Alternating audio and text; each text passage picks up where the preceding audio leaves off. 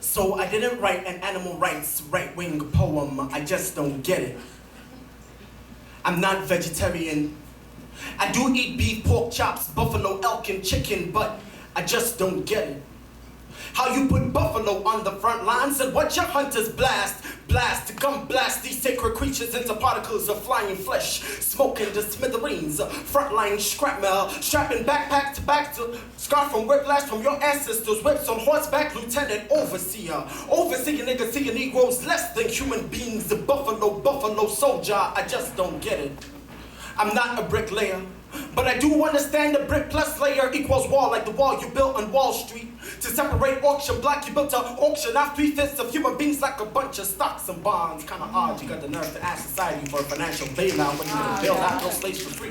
You could have freed those slaves for free, but you promised 40 acres and a mule, so I'm gonna use that mule as a tool to remind you you ain't getting shit for free. Merrill Lynch, step up to the auction block. This fine breed stock has provided financial calamities for lower income families. Do I hear $50 billion going once, going twice? Bang, bang, sold to the gentleman on the left. The great ghost from Tulsa, Oklahoma. Home to 3,000 corpses murdered by the KKK in 1921 from Black Wall Street. I'm not a historian, but I do understand that historian, my story don't quite match up. You could have light a match up in the lower decks of a slave ship because of lack of oxygen. And when they died, he threw them overboard.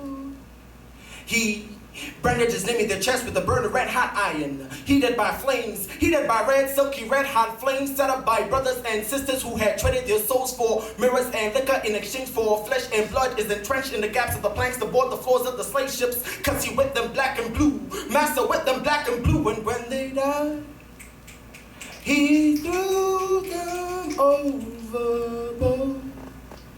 I'm not a storyteller, fortune teller telling stories, trying to be a poet. But being a lie slayer exposes me to criticism from critics that criticize cynicism, suppressing the truth that could otherwise end racism. In case these cases of history have been altered in order to keep the oppressed and the oppressed from rising. But we are all rising suns and rising stars in cars that blink, afforded by singers, ex-slingers that sing songs that are echoed in clubs owned by club owners who own golf clubs in which those of the Negro descent are now welcome. I just don't get it.